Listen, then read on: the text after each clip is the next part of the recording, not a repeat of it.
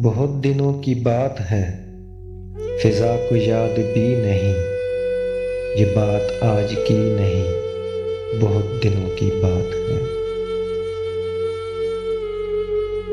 शबाब पर बहार थी, फिजा भी खुशगवार थी।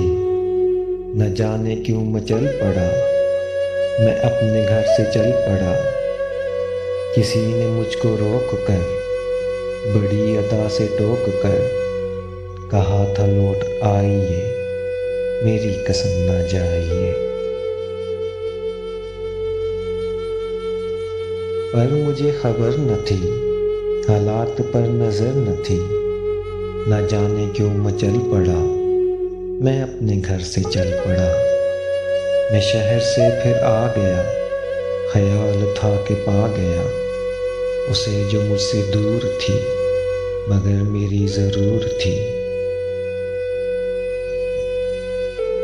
और एक हसीन शाम को मैं चल पड़ा सलाम को।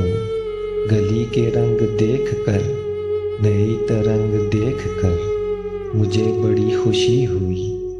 मैं कुछ इसी खुशी में था, किसी ने झांक कर कहा, पराए घर से जाइए, मेरी कसम न आइए।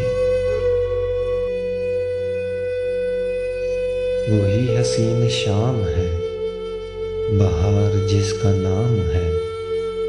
चला हूँ घर को छोड़कर, न जाने जाऊंगा किधर। कोई नहीं जो टोक कर, कोई नहीं जो रोक कर, कहे कि लौट आइए, मेरी कसम न जाइए, मेरी कसम न जाइए।